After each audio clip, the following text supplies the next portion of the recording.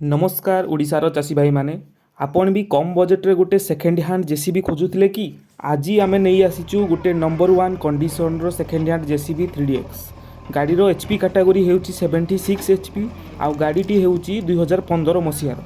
सबुठु प्रथमे गाड़ी रो सबु हाइड्रोलिक सिलिंडर आउ पाइप देखि पारुथबे कोनोसी जगह तेल लीक हेउ नाही। गाड़ी पिन बुश सबु किछि ओके कंडीशन रे अछि।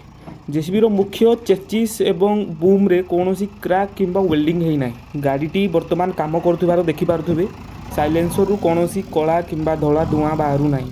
तामाने इंजिन पूरा वेल मेंटेन हेइकी अछि। गाड़ी मात्र 7000 घंटा भितर चलीछि जोटा कि एज हिसाब रे बहुत कम रनिंग अछि। केवल गाड़ी नुहे तार आरसी बुक फिटनेस एवं टैक्स पेपर सबु किछि अपडेट अछि। सबुठु जरूरी कथा गाड़ी उपरे कोनोसी फाइनेंस किंबा लोन बाकी नाही। मन रखंतु निजे टेस्ट ड्राइव नेबा सह जने भलो मेकानिक नहीं गाड़ीटी को निश्चय देखांतु। मेसीन टी अवेलेबल अछि केन्द्रापड़ा जिल्ला रे। गाड़ी रो आस्किंग प्राइस अछि मात्र 15 लाख टंका। सेथिरु किछिटा नेगोशिएबल हेइ जिवो। डिस्क्रिप्शन रे जेसीबी मालिकंको नंबर अछि आपण कांटेक्ट करि परिबे।